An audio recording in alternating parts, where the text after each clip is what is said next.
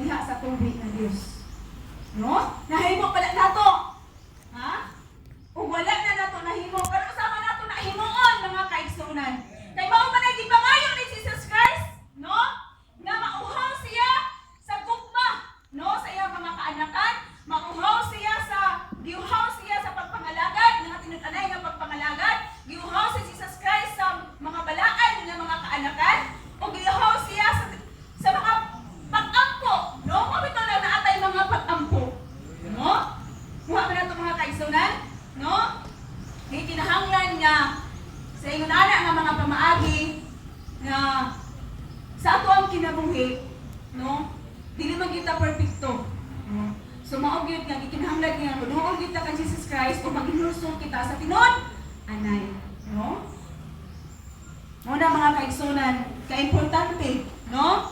Ang mga pulong nga nalitok ni Jesus Christ dito sa cross, no? Mama, ningon siya, giuhaw ako. Sige, kamo na po daw ko na-explain o kung sa inyo i-explain sa giuhaw ako. Inaigid siya, kuhaan ko sa tutulungan. Okay, sige.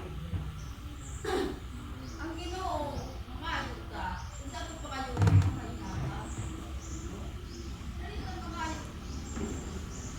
Ikaw, buti ko sa akin kung ikaw. Pero ang tao, suka ang magkakata. Suka ang ano? Ang tama. Ginoo. Oo. Sabi ba Kanino? suka ang ihatag? Pwede may uli. Ano na?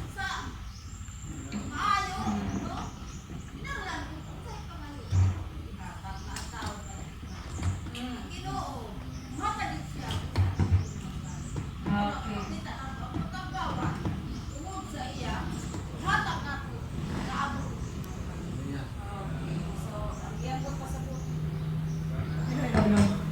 So, ang iya mong pagpasabot nga, ang si Jesus Christ daw, kung mangayo lang ta, hatagan sa tinud-anay. So, kung unsay atong gipangayo, mo na ihatag. Kung siya nga giuhaw, ato nga panahon na, ihatagan daw siya suka. O, tinuod ba na?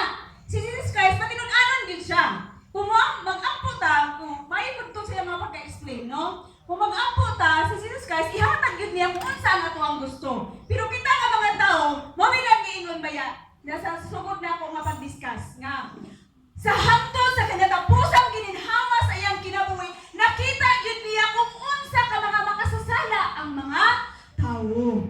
Mo di ba?